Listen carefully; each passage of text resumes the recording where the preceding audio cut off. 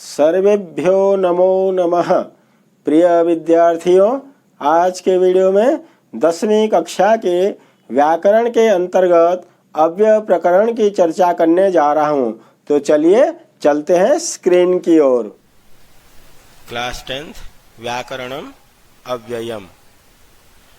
वैसे अव्यय शब्द नपुंसक लिंग में होता है, इसीलिए उसका जब हम रूप चलाएंगे फलम फले फलानी तो अव्ययम अव्यये अव्ययानी। अब देखते हैं अव्यय किसे कहते हैं। वह पद जिसका लिंग विभक्ति पुरुष तथा वचन नहीं होता है उसे अव्यय कहते हैं। मतलब ऐसे शब्द जिनके न लिंग बनते हैं, न विभक्ति बनती है, न पुरुष होता है, न वचन होता है, जो हमेशा एज इट इज रहता है, जिसमें किसी भी प्रकार का कोई परिवर्तन नहीं होता है, उसी को अव्यय कहते हैं। जैसे यहाँ पे दिया है च। अब च मतलब यहाँ पे क्या है? च का मतलब और। इस च का कोई शब्द रूप नहीं चलेगा, बालक की तरह नहीं चला देंगे च चौ चाहा, या फिर ये स्त्रीलिंग या पुल्लिंग या नपुंसक लिंग नहीं बनेगा। तो इसका कोई लिंग नहीं बनेगा, कोई वचन नहीं बनेगा, कोई पुरुष नहीं बनेगा। ये एज इट इज रहता है। जब भी इसको वाक्य में प्रयोग किया जाता है ये हमेशा वैसे के वैसे ही रहते हैं, इसीलिए ये अव्यय है। तो च मतलब और, कुत्र मतलब कहाँ, और माँ मतलब मत, इत्यादि एक्सेट्रा। तो प्यारे बच्चों, मैं केवल आप लोगों के लिए यहाँ पे उन अव्ययों की चर्चा करूंगा जो आपके 10वीं कक्षा के सिलेबस के अंतर्गत आते हैं। 10वीं कक्षा के पाठ्यक्रम के अंदर जो अव्यय है उन्हीं अव्ययों को ही मैं यहाँ पर चर्चा करने जा रहा हूँ। तो आइए देखते हैं। सबसे पहला अव्यय है अपि। इसका मतलब है भी। उच्चे ही, जोर से, वैसे ऊपर भी होता है, उच्चे मतलब ऊपर भी होता है, तो यहाँ पे जोर से। च और, यदि अगर, तरही तो। छठा है अत्र यहाँ, तत्र वहाँ, इदानीम अब, अधुना अब, सांप्रतम अब। इन तीनों का मीनिंग अब। इदानीम, अधुना और सांप्रतम तीनों का मीनिंग अब है। सहसा अचानक, वृथा व्यर्थ या फिजूल, शनैहि धीरे, कुतः कहाँ से, कुत्र कहाँ, कदा कब, तदा तब, यदा जब, यत्र जहाँ, इतस्ततः इधर उधर। यावत जब तक, तावत तब तक, अद्य आज, श्वः आने वाला कल, ह्यः बीता हुआ कल। तो प्रिय विद्यार्थियों, यहाँ पे मैंने 25 अव्ययों का जिक्र किया है। यही 25 अव्यय आपके सिलेबस में है, आपके पाठ्यक्रम में यही 25 के 25 अव्यय हैं।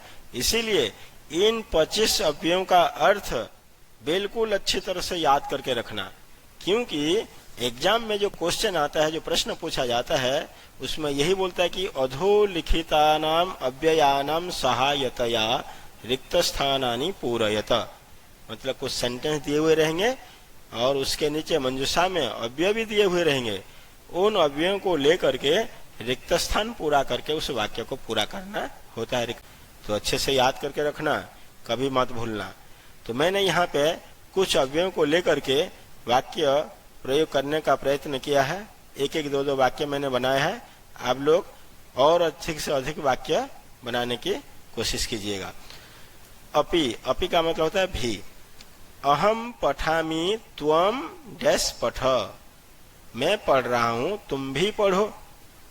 और भी कोई अव्यय यदि मीनिंग सही आ रहा होगा, अगर उस अव्यय के हिसाब से यदि वाक्य का मीनिंग सही निकल रहा होगा तो भी उसको सही माना जाता है। बस व्याकरण की दृष्टि से वाक्य आपका सही होना चाहिए। तो अहम पठामि त्वम अपि पठ। मैं पढ़ रहा हूं, तुम भी पढ़ो। उच्चे ही, जोर से। वर्षा काली मेघा उच्चे ही गर्जन्ति। बारिश के समय मेघा बादल उच्चे ही, जोर से, गर्जन्ति गरजते हैं। यहाँ पे उच्चे ही के जगह पे अपि भी लगा सकते हैं हम लोग। बारिश के समय में बादल भी गरजते हैं, कोई गलत नहीं होगा वाक्य। चलिए अगला देखते हैं। च का मतलब और। लता रमा च खेलतः। लता और रमा खेल रही हैं। कुछ भी आप वाक्य बना सकते हैं छोटे छोटे। रमा रमा लता च खेलतः, या फिर रामः श्यामः च खेलतः, मोहनः गोपालः च पठतः, कोई भी सेंटेंस आप बना सकते हैं। यदि तर्हि, यदि मतलब अगर, तर्हि मतलब तो। यदि और तर्हि दोनों को एक ही वाक्य में प्रयोग किया जाता है। ज्यादातर यदि और तर्हि को दोनों ही वाक्य में, एक ही वाक्य में प्रयोग किया जाता है, दोनों को। यदि तुम गमिष्यसि, अगर तुम जाओगे, तर्हि तो अहम अपि गमिष्यामि, मैं भी जाऊंगा। हालांकि अपि अपि यहाँ पे यूज हो गया है, 3 अव्यय यूज हो गए। यदि तुम गमिष्यसि, अगर तुम जाओगे, तर्हि तो अहम अपि गमिष्यामि, मैं भी जाऊंगा। अत्र तत्र, अत्र यहाँ, तत्र वहाँ, तो दोनों को एक ही साथ में हम एक ही वाक्य में प्रयोग करेंगे। अत्र वृष्टि भवति, तत्र शुष्कम अस्ति। अत्र यहाँ वृष्टि वर्षा भवति, हो रही है, तत्र शुष्कम अस्ति, वहाँ पे सूखा है, अर्थात सूखा पड़ा है। यहाँ बारिश हो रही है, अत्र वृष्टि भवति, यहाँ बारिश हो रही है, तत्र शुष्कम अस्ति, वहाँ पे सूखा है। इदानीम, इदानीम का मतलब अब। अहम इदानीम पठामि, मैं अभी पढ़ रहा हूँ। त्वम इदानीम, अधुना का मतलब भी अब होता है, तो त्वम अधुना क्रीडसि, तुम अभी खेल रहे हो। तो इदानीम अधुना दोनों का मीनिंग अब। तो अहम इदानीम पठामि, त्वम अधुना क्रीडसि, अहम इदानीम लिखामि, तो कोई भी छोटे छोटे सेंटेंस आप बना सकते हैं। सांप्रतम अब, तो 3 शब्द इदानीम, अधुना और सांप्रतम, इन तीनों शब्दों का मीनिंग होता है अब। मम माता सांप्रतम भोजनम पचति, मेरी माँ अभी भोजन पका रही है। ध्यान रखना बच्चों, ये जो सांप्रतम, अधुना और इदानीम, इन तीनों अव्ययों का प्रयोग ज्यादातर लट लकार के क्रियापद, देखिए ना यहाँ पे पचति, लट लकार में ही प्रयोग होते हैं ज्यादातर। ठीक है, सांप्रतम, अधुना और इदानीम, इन तीनों अव्ययों का प्रयोग ज्यादातर लट लकार के क्रियापद रहता है, तभी वहां पे यूज होता है। सहसा अचानक, सहसा का मतलब अचानक। सहसा वने व्याघ्र आगच्छत, सहसा अचानक से वने, वन में व्याघ्र बाघ आगच्छत आ गया, अचानक से वन में एक बाघ आ गया। सहसा विदधित न क्रियाम, सहसा अचानक से क्रियाम न विदधित, किसी भी कार्य को नहीं करना चाहिए। ये सेंटेंस कई बार बेटे एग्जाम में पूछता है, कई वर्षों का पेपर उठा करके देखिएगा, यहाँ पे ऐसे ऐसे सेंटेंस को मैंने दिया है जो कि आपके एग्जाम में बार बार रिपीट होते रहते हैं। तो सहसा विदधित न क्रियाम, ये सेंटेंस पूछा है। यथावृष्टि समुद्रेषु समर्थाय दानम वृथा, कच्छप शनै, ये जो 5-6 सेंटेंस दिया मैंने, इनमें से कोई ना कोई सेंटेंस जरूर आता है एग्जाम में। ठीक है, तो कह रहे कि सहसा विदधित न क्रियाम, अचानक से कार्य को नहीं करना चाहिए। और वृथा का मतलब होता है व्यर्थ या फिजूल।